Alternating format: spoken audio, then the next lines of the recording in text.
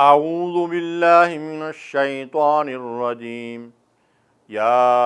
ایہا النبی قل لازواجک وبناتک ونساء المؤمنین یدنین علیہن من جلابیبہن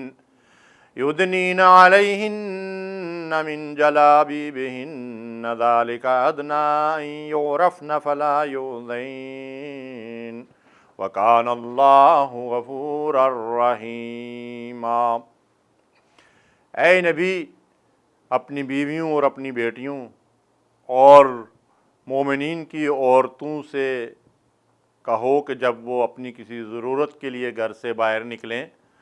تو اپنی چادروں کے پلو اپنے چہروں پر ڈال کر اس کا گھونگھٹ بنا لیا کریں، یعنی پردہ کر لیا کریں، تاکہ ان کی شناخت ہو جائے کہ وہ شریف زادیاں ہیں اور وہ ستائی نہ جائیں، اور اللہ غفور اور رحیم ہے۔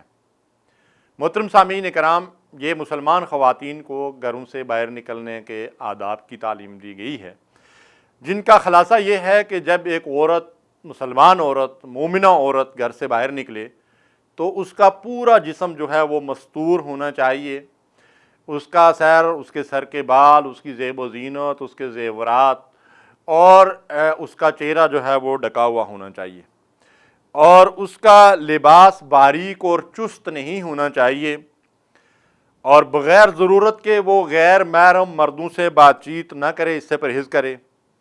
اور بقدر ضرورت اگر بات کرنے کی ضرورت محسوس ہو تو بڑے باوقار آواز اور پروقار لہجے میں بات کریں، اور مخلوط مجالس میں ہرگز جو ہے وہ شریک نہ ہو۔ سادگی اور شائستگی سے زمین کے اوپر چلے، اور خوشبو کا استعمال، نبی صلی اللہ علیہ وسلم نے فرمایا کہ جب اسے باہر نکلنا ہو تو تیز خوشبو کا استعمال نہ کریں۔ اپنی نظر کی حفاظت کرے، جیسا کہ قرآن مجید میں مردوں کی طرح خواتین کو بھی حکم دیا گیا ہے کہ قُل لِّلْمُؤْمِنَاتِ یغضضن من ابصارہن ویحفظن فروجہن،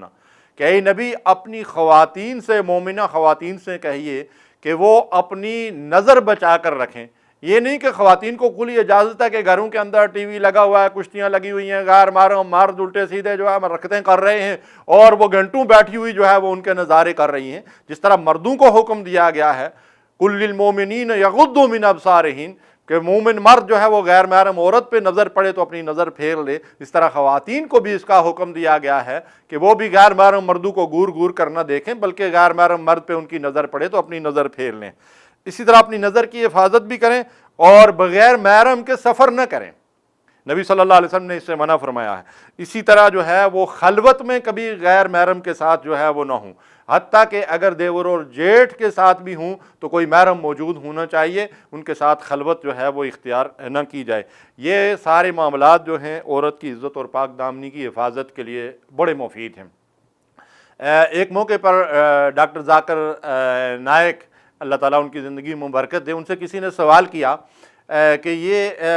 تم لوگوں نے پردے میں عورتوں کو بند کیا ہوا ہے، تو انہوں نے پریکٹیکل کر کے لوگوں کو ایک جو ہے وہ جواب دیا۔ ان سے کہا، اور اس اجتماع کے اندر زیادہ ہندو اور غیر مسلم لوگ تھے، تو انہوں نے ان سے سوال کیا کہ میں ایک بات تم سے پوچھنا چاہتا ہوں، ایک گھر سے دو خواتین نکلتی ہیں، وہ سگی بہنیں ہیں، ان میں سے ایک نے جو ہے وہ مکمل پردہ اور حجاب کیا ہوا ہے، اور دوسری جو ہے اس نے منی اسکرٹ اور مغربی لباس پہنا ہوا ہے، وہ دونوں چل رہی ہیں، اور ایک گلی کی نکڑ کے اوپر جو ہے وہ ایک اوباش نوجوان کھڑا ہے جو کسی لڑکی سے چھیڑنا چاہتا ہے، تو ذرا مجھے یہ بتاؤ کس سے چھیڑے گا، پردے والی سے چھیڑے گا یا جو آدھی ننگی ہے اس سے چھیڑے گا؟ تو سب لوگوں نے کہا کہ جو آدھی ننگی ہے اس سے چھیڑے گا۔ تو اس نے کہا یہی تو ہم کہتے ہیں، پردہ تمہاری عزت اور حفاظت اور عصمت کی حفاظت کا ذریعہ ہے، اور اگر تم پردہ اتار کر پھینک دو گی تو تم گویا کہ دوسروں کو دعوت